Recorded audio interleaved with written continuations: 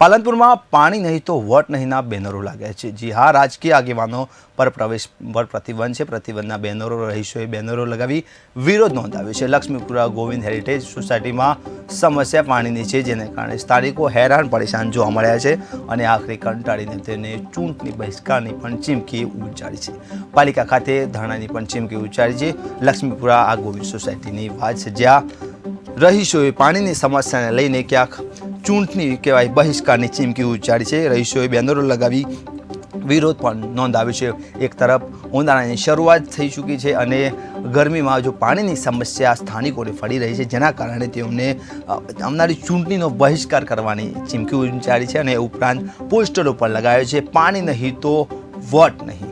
પાલિકા ખાતે ધરણાની પણ ચીમકી ઉચ્ચારી, જો આગામી સમયમાં આ પાણીનો પ્રશ્નને લઈ જો નિકાલ નહીં આવે તો અમે પાલિકા સમક્ષ ધરણા આંદોલન પ્રદર્શન કરશું, તેમણે તેવી વાત કરી છે। લક્ષ્મીપુરા ગોવિંદ હેરિટેજ સોસાયટીની આ જે કહેવાય પાણીની સમસ્યા છે, તેને લઈને સ્થાનિકો ખૂબ જ રોષે ભરાયા છે ને કહી શકાય તંત્રની કામગીરી સામે પણ તેમને સવાલો ઉઠાવ્યા છે।